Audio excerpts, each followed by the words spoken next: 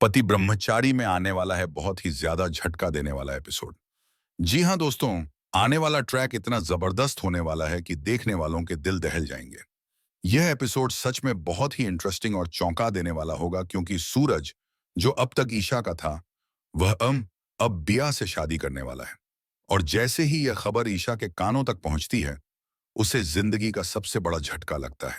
यह सब उस समय होता है जब घर गांव की सारी औरतें हरियाली तीज का त्योहार मना रही होती हैं।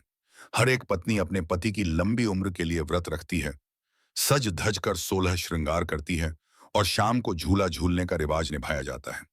ईशा भी पूरे मन से सूरज के लिए हरियाली तीज का व्रत रखती है।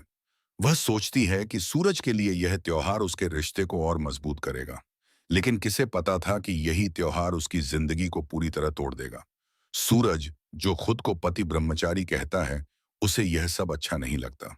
वह ईशा से साफ कहता है, ईशा, तूने हिमायते अति उशया, तुम्हें मेरे लिए हरियाली तीज रखने की जरूरत नहीं है। लेकिन ईशा नहीं मानती।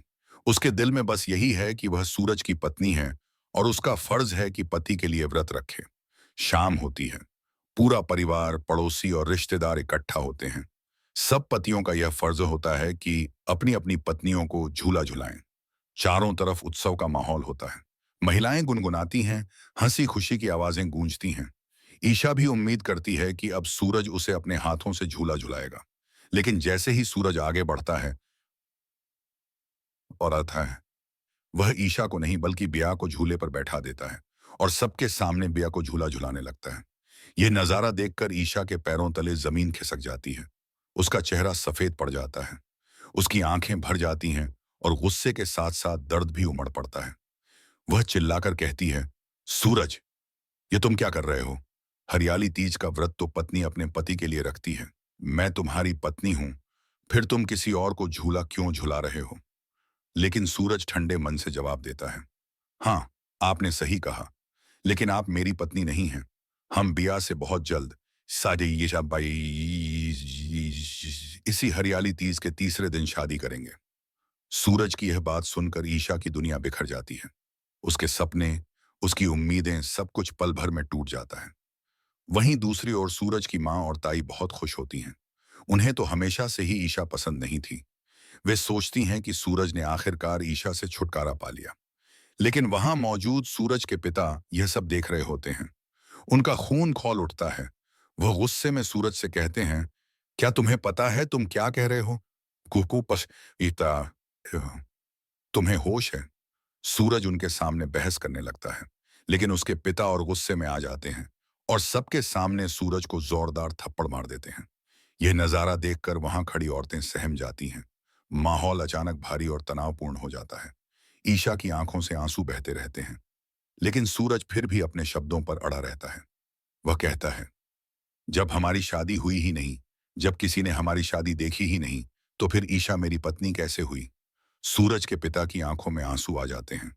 वह कहते हैं, बेटा, शादी तूने की या नहीं की, यह बहस का मुद्दा नहीं है। सच यह है कि ईशा तेरी पत्नी है। उसने तेरे लिए सब कुछ छोड़ा है और तू उसे यूं बेइज्जत कर रहा है। लेकिन सूरज के कान पर जूं तक नहीं रेंगती। वह अपनी माँ और ताई की बातों में आकर ईशा को ठुकरा देता है। तभी सूरज के पिता सबके सामने गुस्से में घोषणा करते हैं, आज से मेरा बेटा सूरज मर चुका है। मैं अपने हाथों से इसका अंतिम संस्कार कर रहा हूं। अब यह मेरा बेटा नहीं रहा। इतना कहकर वह आंसू पोंछते हुए ईशा की तरफ देखते हैं और कहते हैं, बेटी, तूने जो सहा है उसका दर्द मैं समझ सकता हूं, लेकिन आज से तू अकेली नहीं है। मैं तेरे साथ खड़ा हूं। दोस्तों, पति ब्रह्मचारी का यह एपिसोड सच में दिल तोड़ देने वाला होगा। एक तरफ ईशा का टूटता रिश्ता, दूसरी तरफ सूरज का अपनी जिम्मेदारियों से मुंह मोड़ लेना और फिर पिता का अपने ही बेटे को समाज के सामने त्याग देना। यह सब कुछ कहानी को एक नया मोड़ देने वाला है। तो दोस्तों, आपको यह वीडियो कैसा लगा? अगर अच्छा लगा हो तो चैनल को लाइक, शेयर और सब्सक्राइब करना मत भूलिएगा। धन्यवाद।